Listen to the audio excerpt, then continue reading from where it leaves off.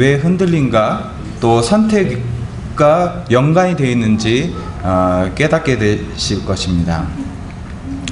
모든 성경 말씀은 서로 맞지 않는 것처럼 보이는 것도 있고 서로 조화가 되지 않는 것도 있지만은 빛을 통해서 이 말씀이 서로 상호 빛을 비추어주고 뜻을 알게 하는 것을 알게 됩니다.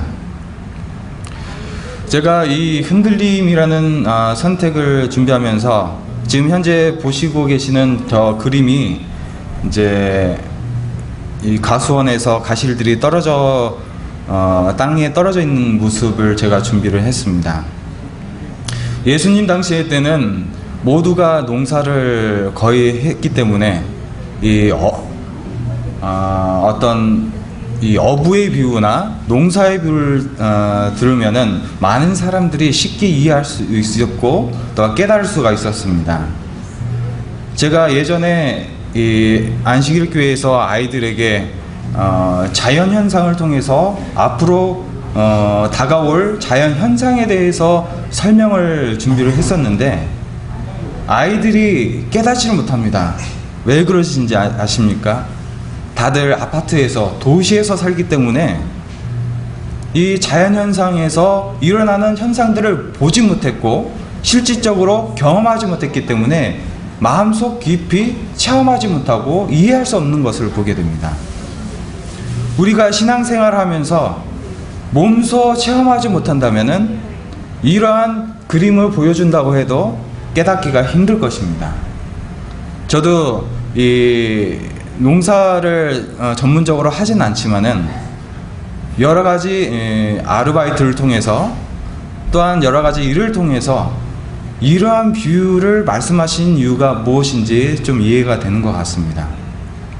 혹시 우리 청년들 또 여러분들 심이 되시면은 가끔씩 이 밭에 가서 가수원에 가서 한번 1시간이라도 한번 일을 해보시면은 예수님께서 말씀하신 이 비유가 이런 뜻으로 하셨구나 하는 것을 경험하게 될 것입니다.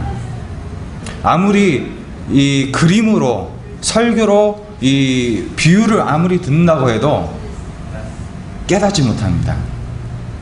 이사야 17장 6절에 보면 이런 말씀이 있습니다. 성경 주제절입니다. 그러나 오히려 주울 것이 남으리니 감람나무를 흔들 때에 가장 높은 가지 꼭대기의 실과 이 3개가 나무 같겠고 무성한 나무의 가장 먼 가지의 4-5개가 나무 같으리라 이스라엘의 하나님 여호와의 말씀이니라 하고 말씀하고 계십니다. 이런 나무를 혹시 보신 적이 있으십니까? 이 나무에 가실이 몇 개 남지 않는 가시를 보신 적이 있으십니까?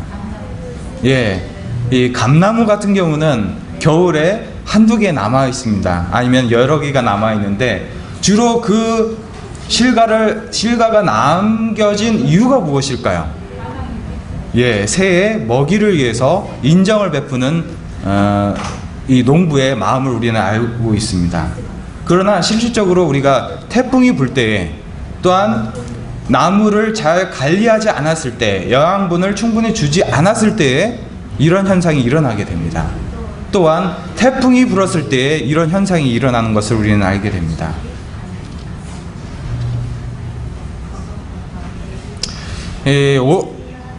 왼쪽에 2개의 나무는 이 가실들이 한꺼번에 이제 모여 있는 것을 보게 되고요. 이제 오른쪽에는 어떠한 이유로 가실들이 떨어져 있는 그림을 보게 됩니다.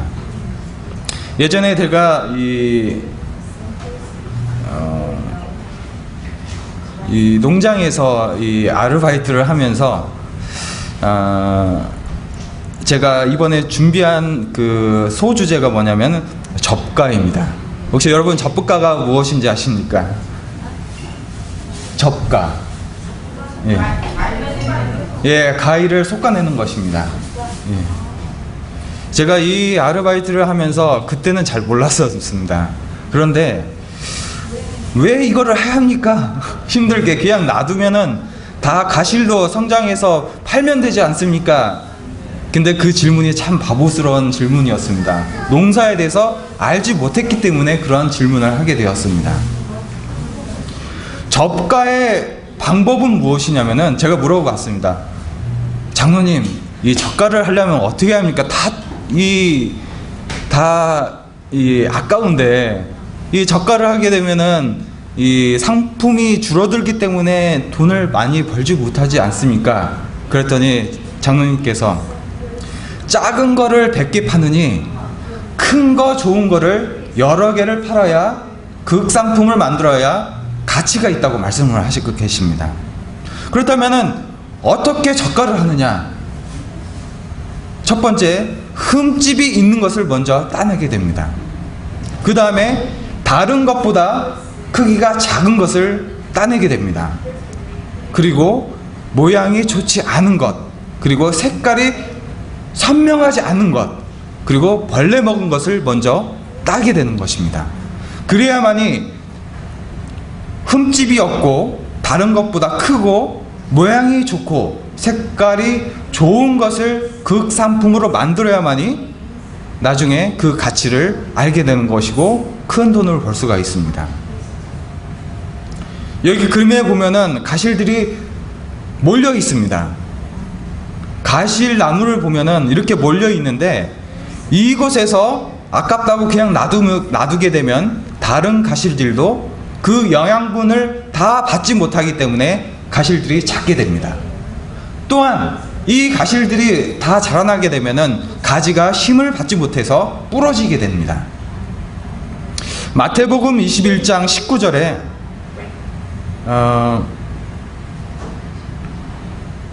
길가에서 한 무화과 나무를 보시고 그리로 가사 잎사귀밖에 아무것도 얻지 못하시고 나무에게 이르시되 이제부터 영원토록 내게 열매가 맺지 못하리라 하시니 무화과 나무가 곧 마른지라. 이 말씀이 있습니다. 우리 장로님, 이 가실나무에 열매가 맺지 못하는 가시를 보신 적이 있으십니까? 예, 저희 밭에 이 밤나무가 많이 있는데 밤을 맺지 못하는 나무가 여러 그루가 있습니다. 여러분, 그 가실나무가 있으면 여러분 어떻게 하시겠습니까? 예, 잘라버리고 가시를 맺는 나무를 모욕을 사다가 대체를 하게 됩니다. 농부의 경험을 하게 되면은 왜 하나님께서 이 무화과 나무를 통해서 거기에다가 앉을 수 있는 의자를 놓고 쉬면 되지 않느냐 이렇게 할 수도 있긴 하겠지만은 농부의 목적은 뭐냐면은 열매입니다.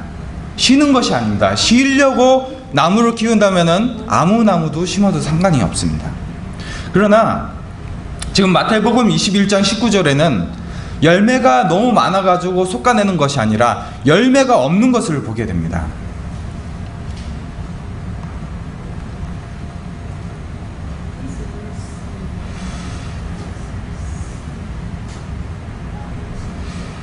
이 누가복음 13장 5절에서 9절에 보면은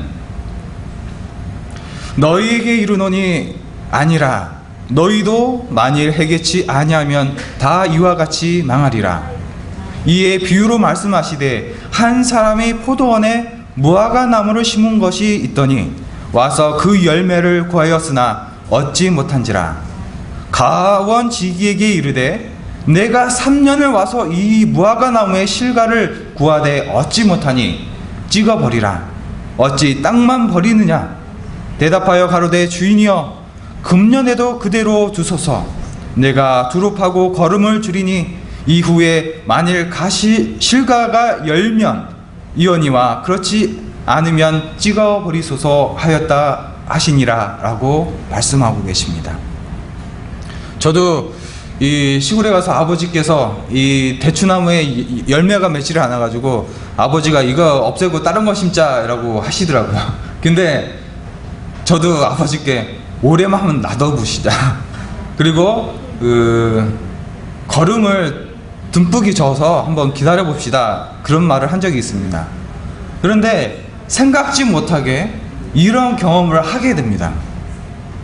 그런데 그 내년도에 보니까는 농부가 게을러서 열매가 안 맺었던 것입니다. 예, 걸음을 안 져서 그렇습니다. 근데 여기 실과는 무엇을 의미하게 됩니까? 실과? 우리가 다 알게 됩니다. 열매?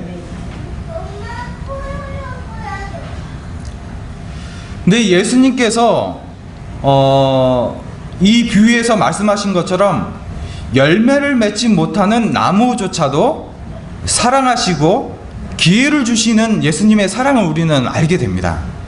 금년이라는 은혜를 베푸신 것입니다. 하나님께서 우리에게 금년이라는 우리에게 은혜를 베푸셨습니다. 우리에게 생명이 끊쳐지기 전까지 또한 우리에게 역사적인 그 기간까지 우리에게 은혜를 베푸시는데, 왜 우리에게 은혜를 베푸실까요? 그 기회를 주신 이유는 뭐냐면 회개하라고 하시며 열매를 맺으라고 하고 계십니다. 그 기간이 끝나면 이제는 나무가 찍힘을 당게 됩니다. 젓가에 솎아주는 그 가시를 젓가를 하는 주체는 열매가 아니라 농부입니다. 아무리 나무에 붙어 있으려고 해도 소용이 없습니다. 왜냐하면 주인이 그때에 선별을 해서 그 흠집이 있고 또한 모양이 좋지 않고 상품 가치가 없는 것은 솎아내게 됩니다. 영적인 의미에 있어서 가실이 튼실이 맺혀 젓가의 선택에서 제외되는 조건은 무엇일까요? 계시록 14장 5절에 보면 그 입에 거짓말이 없고 흠이 없는 자들이라고 말씀하고 계십니다. 가실의 비유에 보면은 가실에 흠집이 있고 또한 가실에 벌레 먹은 것이 있으며 색깔이 좋지 않으며 또한 모양이 좋지 않으면 가치가 없습니다. 하나님께서는 우리에게 그 입에 거짓말이 없고 흠이 없어야 한다고 말씀하고 계십니다.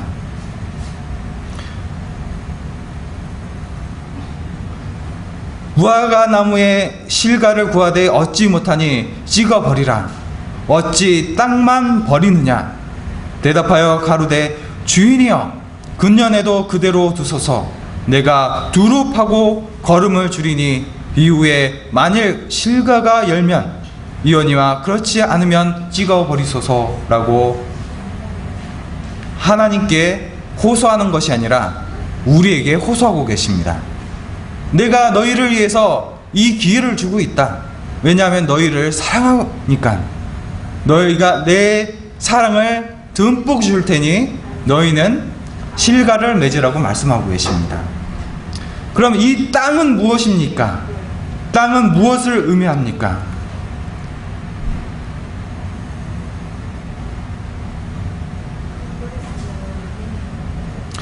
땅은 무엇을 의미하는지 보기 전에 실과는 무엇을 의미하는지 갈라디아서 5장 22절에서 23절을 보도록 하겠습니다.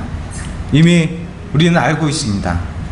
오직 성령의 열매는 사랑과 희락과 화평과 오래 참음과 자비와 양선과 충성과 온유와 절제니 이와 같은 것을 금지할 법이 없느니라고 기록하고 있습니다. 이 실과는 바로 성경 말씀에 기록한 이 열매를 우리는 맺어야 할 것입니다. 그런데 모든 그리스도인들이 이 말씀을 익히 알고 있고 기억하고 있습니다. 그렇다면 우리의 실제적인 삶 속에서는 이 열매가 무엇인지 물어보면은 대답하는 사람들이 별로 없습니다. 사랑이 무엇인지, 실제적인 삶 속에서 희락이 무엇인지, 화평이 무엇인지, 오래 참음이 무엇인지 실제적인 삶 속에서는 경험한 적이 없습니다.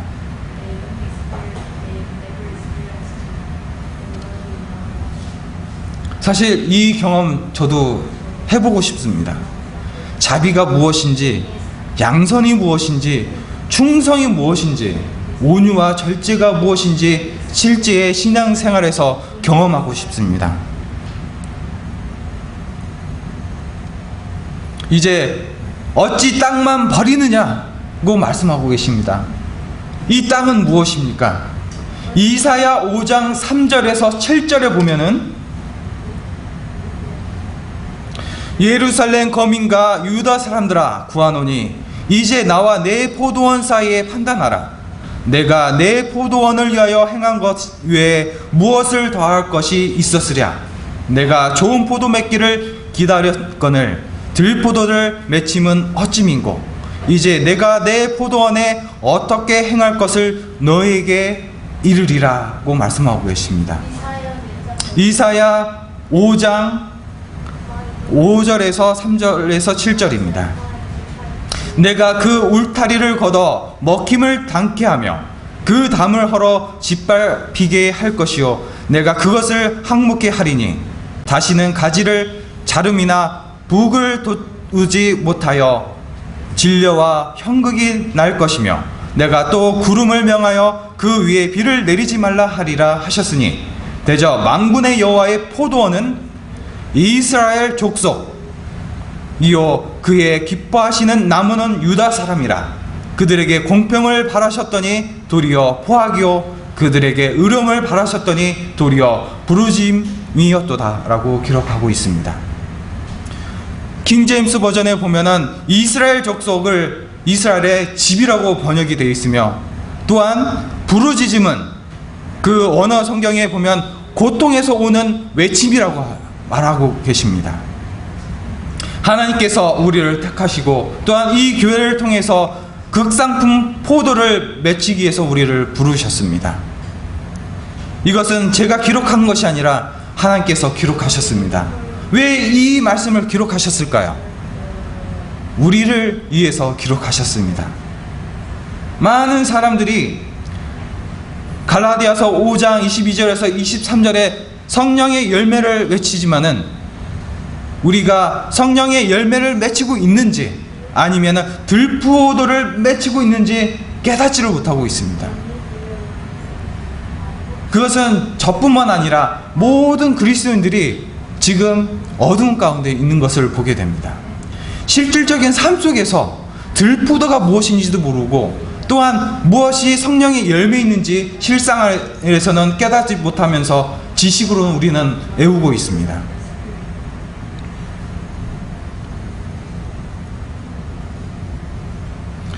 여기 포도원 이스라엘 족속 집은 마가복음 11장 17절에 이 집은 만민의 기도하는 장소라고 말씀하고 계십니다.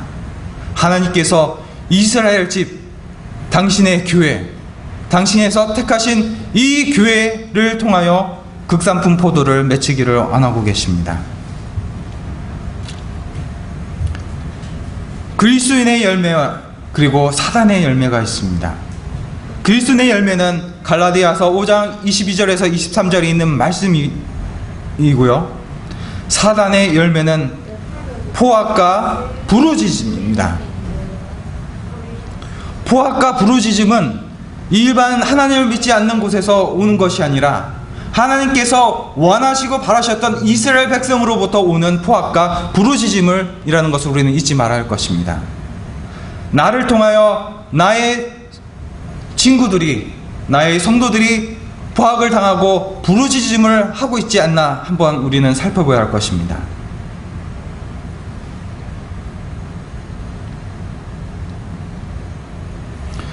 역대하 22장 8절에 있는 화해주석입니다. 하나님께서는 죄를 벌하시기 위하여 여러 가지 방법으로 역사하십니다.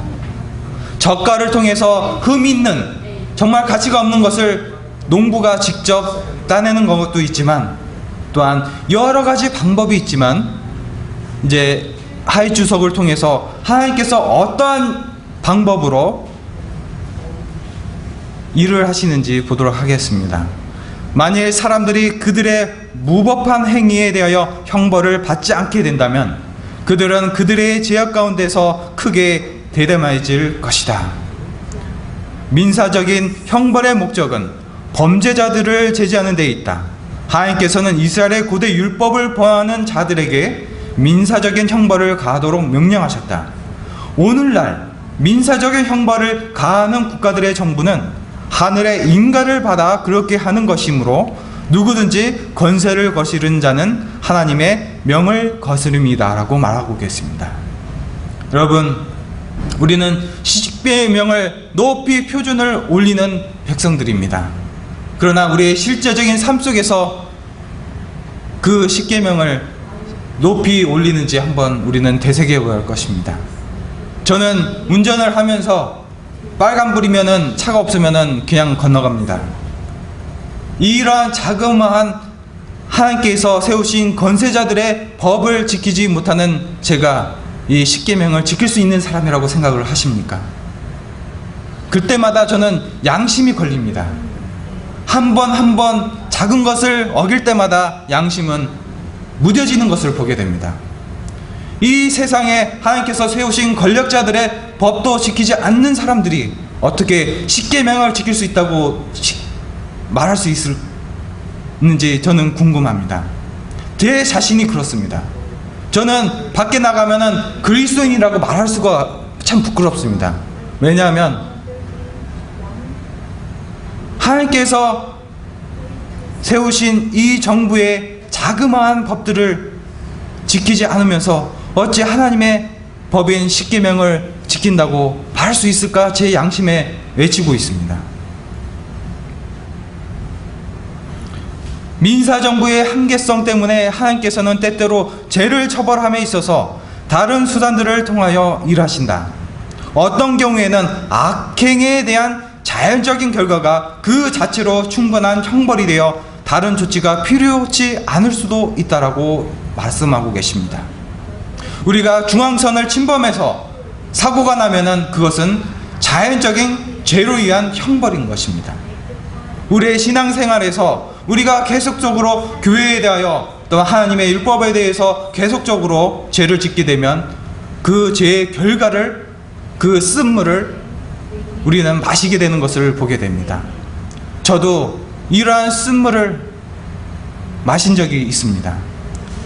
돈을 사랑해서, 세상을 사랑해서, 나의 편의를 사랑해서 그것을 선택할 때에 나중에 그것이 처음에는 좋아 보였지만 나중에는 쓴 잔을 마시게 된 경험을 하게 되었습니다.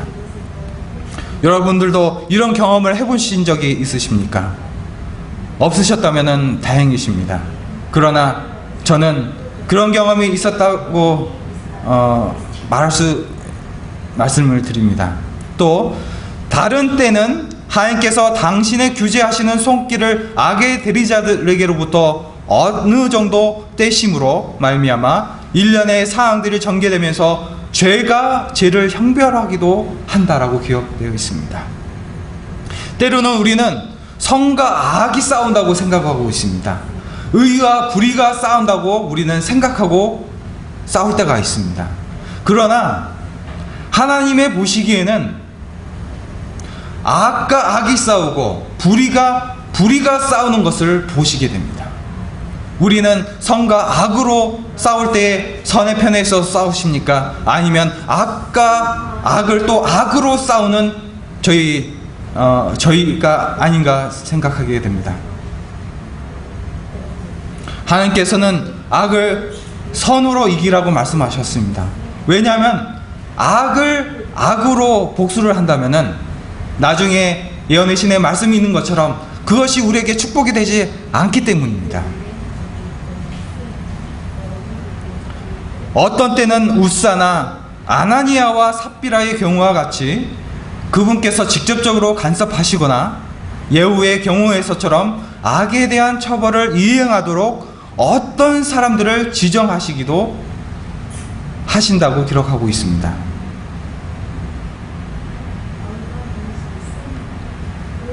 농부는 농사를 업으로 하시는 분들은 성경에서 나타난 역사와 비유를 명상할 때에 농사의 일 속에서 일어나는 일들을 통해서 많은 영감을 받게 됩니다. 신앙생활에 있어서도 경험이 없으면은 어떠한 빚을 받은 것처럼 같지만 그 빛은 실질적으로 켜졌다가 사라질 약간의 교훈이 될 수밖에 없는 것입니다. 이사야 17장 6절 이 성경 주제절입니다. 그러나 오히려 죽을 것이 남으리니 감람나무를 흔들 때에 가장 높은 가지 꼭대기의 실과 이 3개가 나무 같겠고 무성한 나무의 가장 먼 가지에 4, 5개가 나무 같으리라. 이스라엘의 하나님 여호와의 말씀이니라고 말씀하고 계십니다. 흔들 때, 이제는 이 흔들 때가 있습니다. 우리는 이 흔들 때가 이유의 시험령인가 전쟁과 여러 가지 말하고 있습니다. 이미 우리는 다 알고 있습니다. 그러나 저는 지금 이유의 시험령과 어떤 전쟁이나 어떤 외부에서 이를 교회에서 핍박하는 이러한 흔들림이 아닙니다.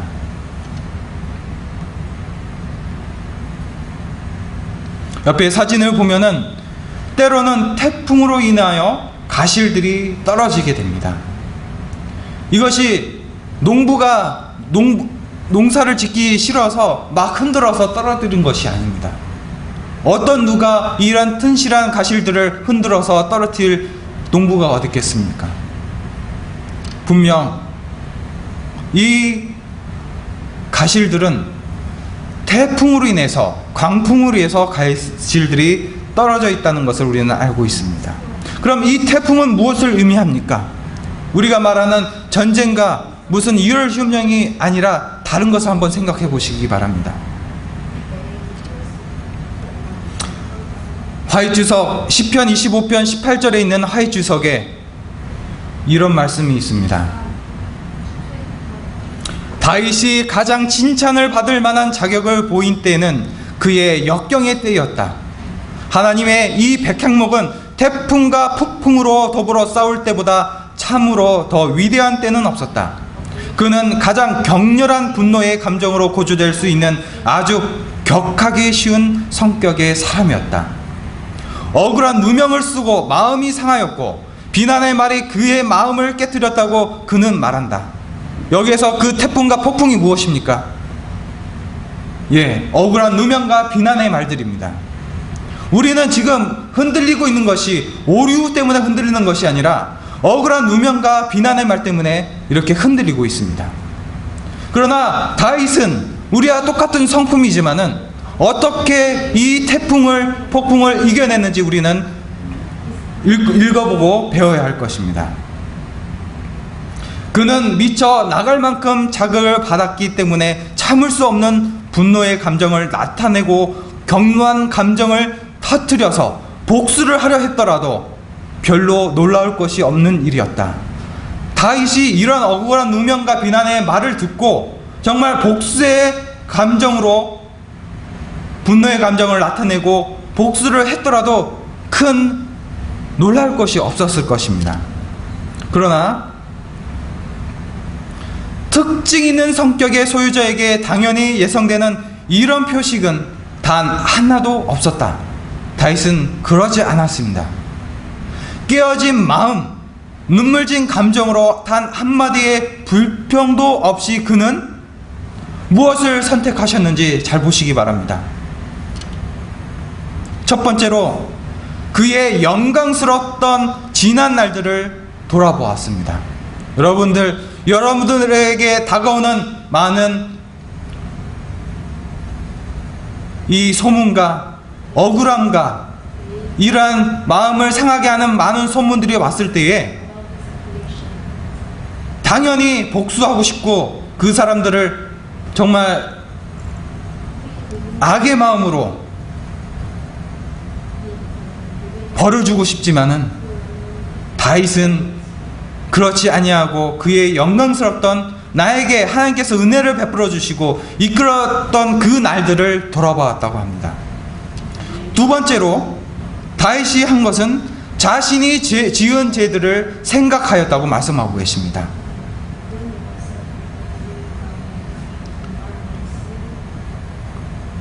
그리고 세 번째로는 살기 위하여 도망을 계속하였습니다.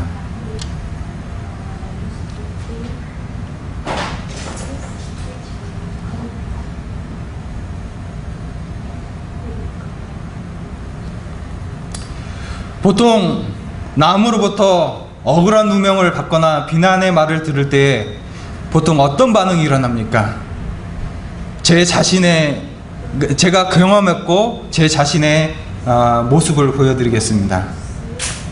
이 비난의 말과 억울한 말을 듣게 되면은 이 마음이 상합니다. 그리고 화가 납니다. 그리고 원성이 높아지고 다투게 됩니다. 화를 삭히기 위해서 누군가가 이렇게 만나서 대화를 합니다. 그리고 몸이 아파서 자리에 눕습니다. 그리고 그 생각을 할 때마다 다리가 흔들리고, 그리고 그 사람에 대한 이 미워함이 계속 머릿속에서 일어나게 됩니다. 제가 이러한 성격 때문에 몇 년 동안 투병을 했습니다. 왜냐하면은 그거를 어떻게 대처해야 하고 어떻게 풀어야 할지도 몰랐고 어떻게 해야 하는지 경험하지 못했기 때문입니다. 신앙생활을 40년을 해왔지만은 실제적인 신앙생활 속에서 경험을 하지 못했기 때문입니다. 이러한 경험이 그리스도인들에게 비일비재하게 있습니다. 그것이 우리가 또한 경험하고 있는 것입니다. 하나님께서 다윗의 경험을 기록하신 이유는 세상 끝날까지 또한 우리의 삶 속에서 이런 일들이 똑같이 있기 때문에 피할 방법을 우리에게 보여주신 것입니다.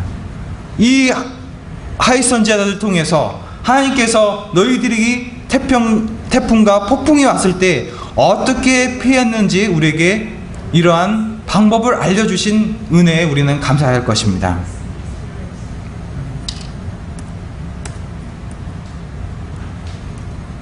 그의 영광스럽던 지난 날들을 돌아보았고 자신이 지은 죄들을 생각했고 마지막으로 살기 위해 도망을 계속하였습니다. 살기 위하여 도망하였다고 합니다. 도망하는 것이 무엇입니까? 근데 그 도망도 한 번 도망가는 것이 아니라 계속 도망하였다고 말씀하고 계십니다. 다윗은 살기 위하여 도망을 계속했습니다. 우리에게 억울한 말을 하고 또한 비난의 말을 한 사람들을 피해서 산속에 가시겠습니까? 아니면은 어디에 홀로 모여서 예배를 드리시겠습니까? 사실 마음이 아픕니다. 나에게 억울한 말을 한 사람과 같이 얼굴을 대면하고 예배 드리는 것이 힘들 줄 저도 알고 있습니다. 저도 그런 경험을 많이 해봤습니다. 한 20년 전은 아니지만 제가 필리핀에서 선교사로 일을 하고 있을 때 같이 일하고 있는 동료와 불화가 있었습니다. 같이 밥을 먹는데 정말 밥 속에 모래가 있는 것처럼 모래를 씹는 것 같이 그런 경험을 하게 되었습니다. 정말 같이 예배드리기가 힘듭니다. 그러나 예수님께서는 우리에게 말씀하고 계십니다. 그렇게 힘드냐? 그러면은 살기 위해서 도망해라.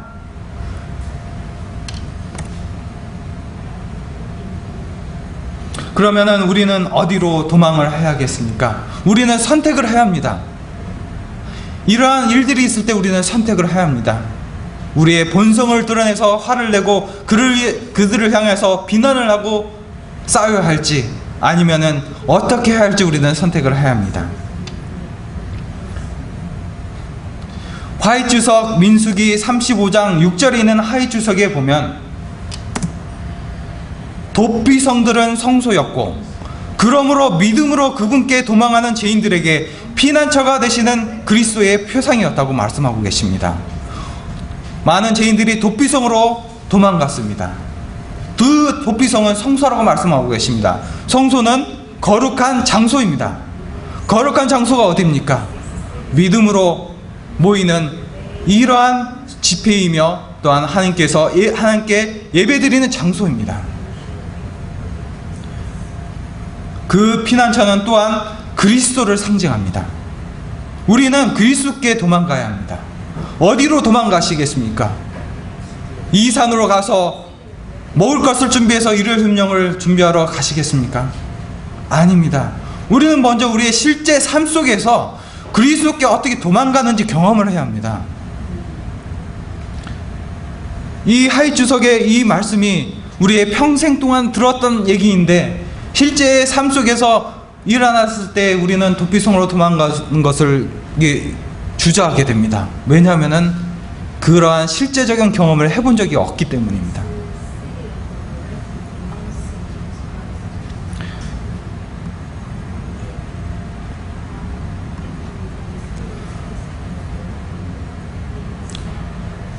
하이주석 신명기 19장 3절에 독실한 그리스도인들은 그리스도께 도망할 수 있는 죄인들의 특권을 틀림없이 생각할 것이다.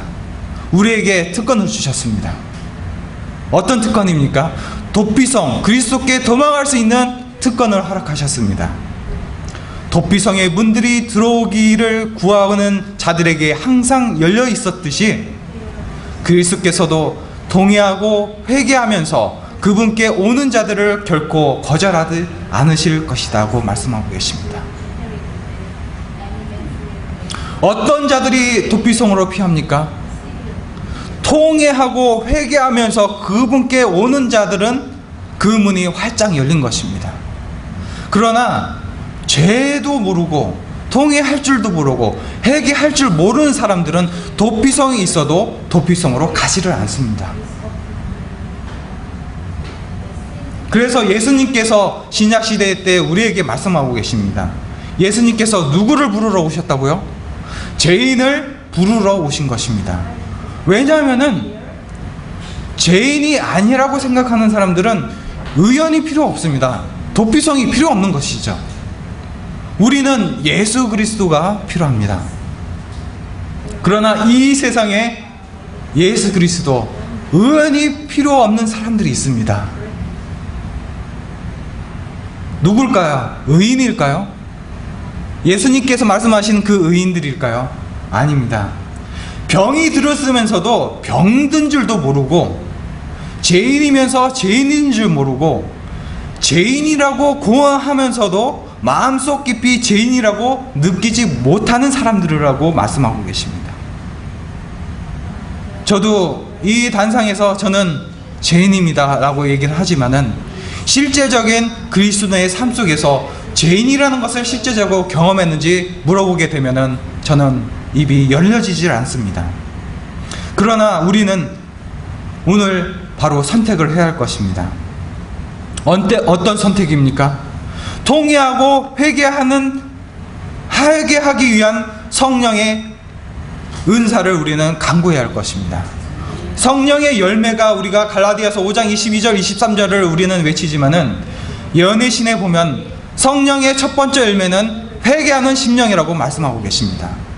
회개가 우리가 회개한다고 하는 것이 아니라 성령께서 나의 죄를 알려주시고 이것이 너의 마음과 너의 동료들과 성도들에게 아픔을 주었다는 것을 알려줄 때 우리는 통회하고 회개할 수 있는 것이며 그 죄로부터 돌아설 수 있는 것입니다.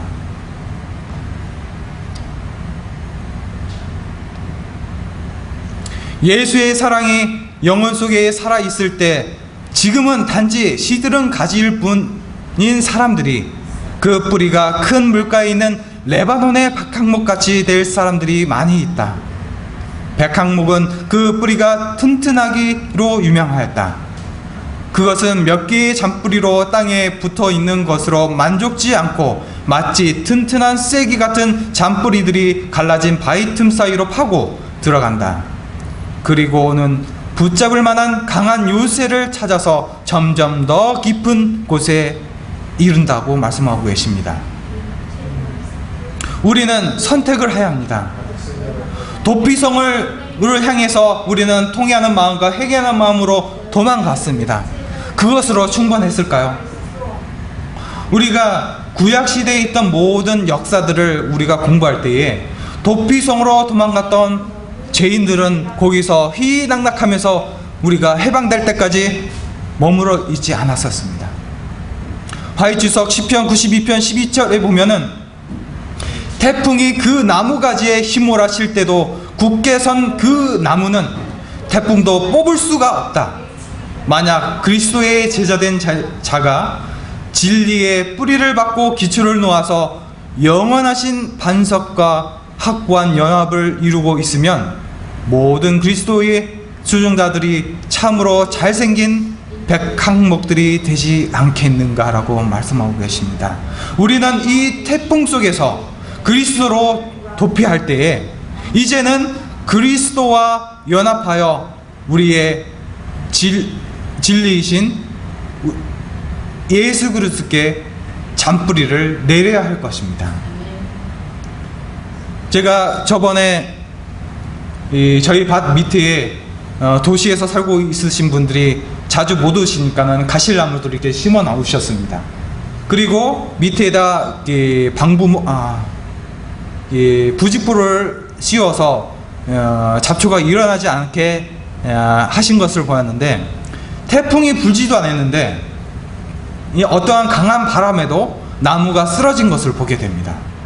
그 이유는 무엇이냐면은 비닐하우스에서 자란 나무들과 정말 노지 속에서 바람과 이런 비 맞음을 통해서 자란 나무들과는 다르다는 것입니다. 우리의 신앙생활이 항상 순조롭고 평탄하다면은 언젠가 조그만 바람 속에서도 우리는 뿌리가 뽑힐 것입니다. 우리가 비록 힘들고 어렵지만 때로는 억울한 누명과 오명 속에서 우리가 살아간다 할지라도 이것이 바로 우리의 실제 삶 속에서 경험하게 하시는 하나님의 은혜라는 것을 우리는 잊지 말아야 할 것입니다. 그래야만이 잔뿌리가 내립니다. 예수님께서는 나는 길이요 진리요 생명이라고 말씀하고 계십니다. 그 예수님은 사랑이십니다. 우리는 이 예수님과 연합할 때에만이 우리는 그 반석 위에서 태풍이 불 때 굳게 설 수 있는 것입니다. 여러분, 이 하인 여사, 이 선지자를 통해서 말씀하신 그리스도와 연합하고 말씀하고 계십니다. 그리스도와 연합이라고 우리는 항상 계속 얘기해 왔습니다. 우리의 이 사랑하는 모교를 떠나서 또 나가신 분들도 또한 우리는 그리스도와 연합해야 한다고 말씀하고 계셨었습니다. 그러나 여러분들이 존경하고 사랑하는 가족 또한 친척을 선택을 하시겠습니까? 정말 우리가 존경했던 사람, 우리가 정말 바라고 우러러봤던 큰 별들을 우리는 따라갈 것입니까? 우리의 큰 별은 인간이 아니라 바로 예수 그리스도입니다. 왜냐하면은 우리가 알고 있는 성경에 나타난 모세도 다니엘도 우리에게 모본이 될 수 없는 것은 그들을 통하여 우리는 구원을 받지 못하고 오직 그리스도만이 우리의 모본이 된다는 것은 우리는 기억을 해야 할 것입니다. 저 사람이 저러니까 왜 저 사람이 왜 저럴까? 인간이기 때문입니다. 우리에게 다가온 여러 가지 오명과 비난의 말을 들었을 때에 사람을 보지 아니하고 예수님을 바라보게 되면은 예수님께서 당하신 모든 것들이 우리가 받은 것들을 기억할 때에 예수님께서 먼저 받으셨구나 할 때 우리는 위로를 받게 될 것입니다.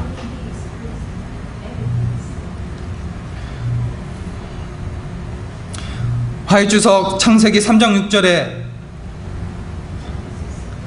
우리의 첫 부모이신 아담과 하와에 대해서 나와 있습니다. 그들은 어떤 선택을 했는지 우리는 보아야 할 것입니다. 저 거룩한 부부가 하나님 아버지와 아들에게 가졌던 사랑이 혹시 사단에게로 옮겨지지는 않을까?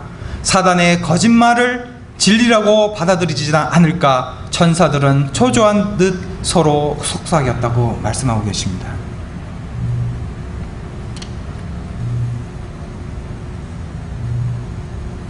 아담과 하와가 그 열매를 따먹지 않고 하나님의 명령을 순종할 수도, 창조주의 분명한 명령을 거역할 수도 있다는 것을 그들은 잘 알고 있었다고 말씀하고 있습니다.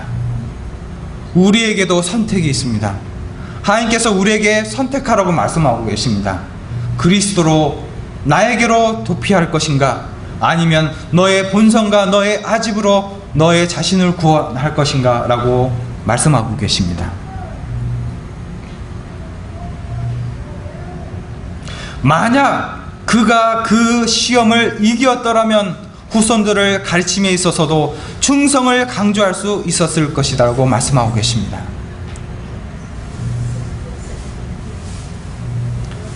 제가 어떤 아시는 분의 간증을 들어보면 자기 딸에게 거짓말하지 마라. 아빠한테 거짓말하면 안 돼. 못 써. 이렇게 교훈을 합니다. 그러나 어느 날 그 딸은 아버지에게 그럽니다. 왜 아버지는 거짓말하냐고. 그 말이 뭐냐면은 내가 죄를 짓고 내가 모범이 되지 않는다면은 이 단상에서 그렇게 하지 말라고, 내 자녀들에게, 이 젊은이 애들에게 그렇게 하지 말라고 강조해서 격려할 수가 없습니다. 부모들은 자녀들에게 본이 되어야 하고, 지도자들은 본이 되어야 할 때만이 단상에서 설교를 할 때 그것이 살아있는 말씀으로 역사하게 됩니다. 저도 이것을, 제가 이 말씀을 준비하면서 항상 고민되고 항상 마음이 아픈 것이 무엇이냐면, 제가 여러분들에게 이 말씀을 강조할 수 없기 때문입니다. 그러나 이것이 하나님의 말씀이기 때문에 저를 보지 마시고 이 선지자들을 통해서, 성경을 통해서 주신 이 말씀을 기억하시기 바랍니다.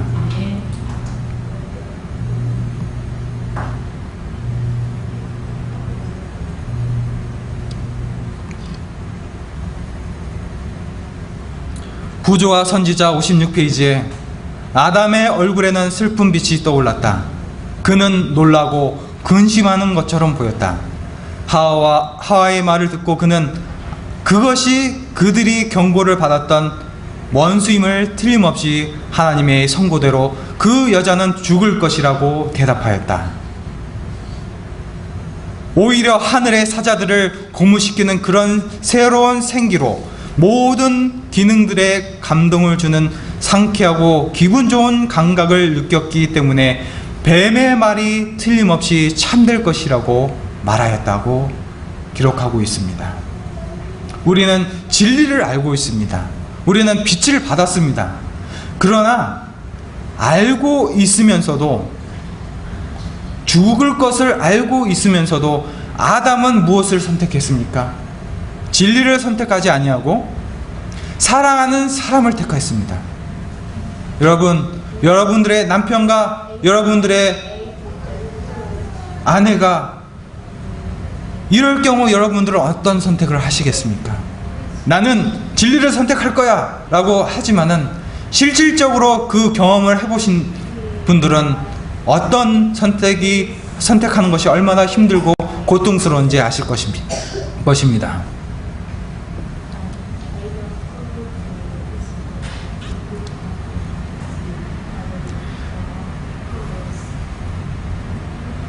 열왕기상 11절 1절에서 4절에 있는 주석의 말씀입니다. 이 말씀은 나이 드신 분들을 향한 것이 아니라 영적으로 봤을 때에 진리의 빛을 받고 먼저 신앙했던 분들을 향하여 말씀하고 계십니다. 이제는 이미 1세대들이 이미 거의 남은 사람들이 없이 다 나갔기 때문에 이 말씀은 또한 저희들에게 또한 적용이 됩니다. 왜냐하면 새로운 사람들이 들어오기 때문에, 새로운 사람들이 들어오면 우리는 고참이 됩니다. 이 고참이라는 것은 무엇이냐면은 군대에서 이 신참이 들어오면은 이 높은 사람을 고참이라고 말합니다. 솔로몬의 생애에서 배워야 할 교훈은 노인들의 생애와 특별한 윤리적 관계를 갖고 있다. 이 파란 글씨를 보면 우리는 청년들이 의와 불의 사이에서 요동하고 있고 확고한 원칙과 넘치는 제약의 조류 사이를 왔다 갔다 하는 청년들을 본다. 우리 지금 여기에 있는 청년들이 세상의 제약의 조류에서 왔다 갔다 하는 것을 우리는 보게 됩니다. 압도적인 악의 조류는 그들의 발을 파멸의 길로 휩쓸어 가려고 하고 있다. 하지만 우리는 성숙한 나이가 된 사람들에게서 보다 좋은 것을 기대한다. 우리는 그들에게서 학고부동한 인격과 뿌리를 내린 원칙을 찾아보려 하고 그들이 더럽힘 받을 시험에서 벗어나기나 있기를 기대한다고 적혀 있습니다. 제가 이 교회에 왔을 때에 선배된 우리의 교인들을 통해서 그들에게 진리에 대해서 확고한 원칙에 서 있고 말씀대로 열심히 살아가는 모습을 은근슬쩍 마음속에 기대했던 것을 지금 기억하게 됩니다. 청년들은 먼저 사신 우리들을 통해서 그들은 배우고 느끼며 그대로 행하게 됩니다. 아이들이 왜 이렇게 말을 안 듣고 왜 말씀에 집중 안 하고 왜 자기가 하고 싶은 것을 하고 있을까? 많은 이유가 있습니다. 그 많은 이유 중에 하이주석에는 먼저 신앙을 했던 우리들이 모본을 보여야 할 것입니다. 그들은 우리를 통해서 모본을 보기를 원하고 계십니다. 인생의 싸움을 지금까지 싸워온 나이 많은 순례자들이여, 섰다가 생각하거든 넘어질까 조심하라고 말씀하고 계십니다. 나이 많이 드신 분한테 얘기하는 것이 아닙니다. 먼저 신앙을 했고 먼저 빚을 받은 저희들에게 말씀하고 계십니다.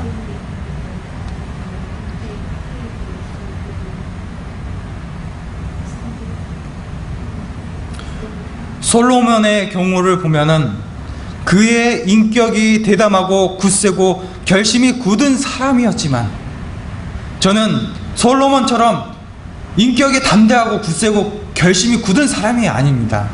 그런 인격을 갖고 있는 사람도 아니었습니다.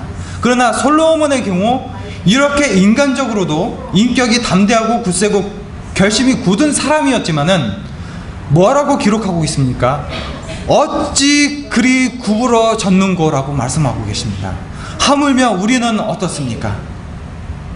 계속적으로 깨어 기도함으로 그 영혼을 구원하기를 바라는 모든 사람들에게 이 얼마나 큰 교훈인가, 얼마나 큰 경고인가 라고 우리에게 말씀하고 계십니다. 하나님께서는 왜 교회 안에 이렇게 이 가라지들을 허락하십니까?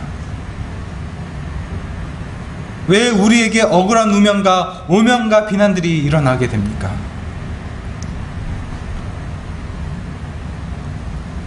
거짓 청대들 아나니아와 삽비라, 바울을 버린 데마, 마술사 시몬, 가룟 유다.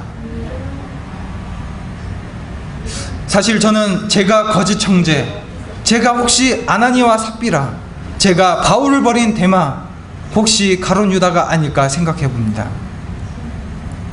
예수께서 유다를 취급하신 경험이 우리로 하여금 그분이 폐역한 인간에 대하여 얼마나 오래 참으시는지 알게 하기 위하여 기록됐다. 그는 우리에게 당신이 참으신 것처럼 참으라고 부탁하신다. 그분은 세상 끝날까지 거짓 형제들이 이 교회 안에 있을 것이라고 말씀하고 계십니다. 사실 가룟 유다, 데마, 마술사 시몬, 이런 사람들이 바로 저일 수도 있습니다. 제 자신을 돌아보지 않는다면 이 말씀을 하는 당사자인 저도 똑같이 이 말씀 속에서 이 말씀이 저한테 이루어질 것입니다.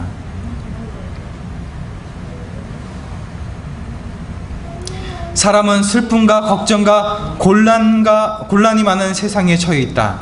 올바른 품성을 이루고 부조화와 혼란 가운데서 조화를 가져오기 위하여 아담처럼 시험받고 연단받기 위하여 이 세상에 있다고 말씀하고 계십니다.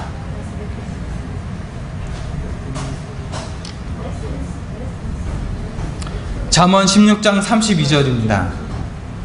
노하기를 더디하는 자는 용사보다 낫고 자기의 마음을 다스리는 자는 성을 빼앗는 자보다 나으니라고 말씀하고 계십니다.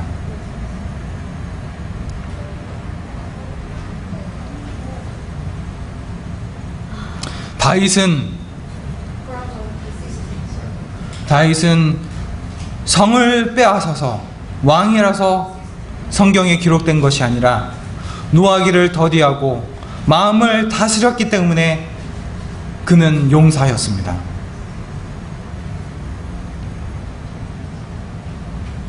이제 거의 끝나갑니다. 우리는 권리를 주장하기 위하여 우리를 화나게 하는 자잘한 일에 신경 쓰는 사람이 아니라, 여러분들 정말 마음이 상처 있고 화가 나고 여러 가지 오명을 쓰신 분들이요, 이제는 모본을 다른 사람에게 보여줘야 할 것입니다. 우리들에 관한 헛소문이 나돌 수 있겠지만 고든 길로 행하여 그런 것들을 개의치 않으면 다른 사람들도 별 관심을 갖지 않게 될 것이다. 우리들의 평판에 대한 것은 하나님께 맡겨두도록 하자고 말씀하고 계십니다. 많은 오명들이 왔을 때 나는 이러지 않았어, 내가 왜 이렇게 했는지 증거를 대봐. 저도 그렇게 한 사람들 중에 한 사람입니다.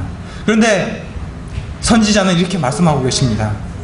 누가 뭐라고 하든 그냥 개의치 않고 올바른 길로 행하고 모범을 보여주면은 언젠가는 그것이 하나님께서 네가 옳다는 것을 알게 하시고 잠잠케 하실 것입니다.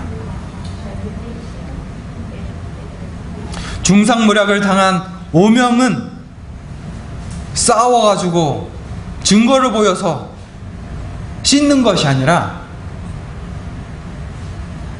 우리의 행동으로 이런 소문이 헛소문임을 보여주고, 우리의 큰 걱정은 하나님을 두려움으로 행하느냐 못하느냐 하는 것이 되게 하자고 말씀하고 계십니다. 저도 저에게 대한 오명과 또한 여러 가지 비난의 말이 왔을 때에 알려주고 싶습니다. 저는 어떤 사람이냐면은 이 핸드폰에 모든 전화통화가 녹화가 됩니다. 왜 녹화를 할까요? 내 안에 오명을 씻기 위해서. 하도 비난하고 거짓 소문이 들어올 때 항상 증거를 남겨놓습니다. 그러나 이 녹음된 거를 한 번도 펼쳐본 적은 없습니다. 왜냐하면은 그것이 저에게 득이 될 수 없고 은혜가 될 수 없기 때문입니다. 무엇으로?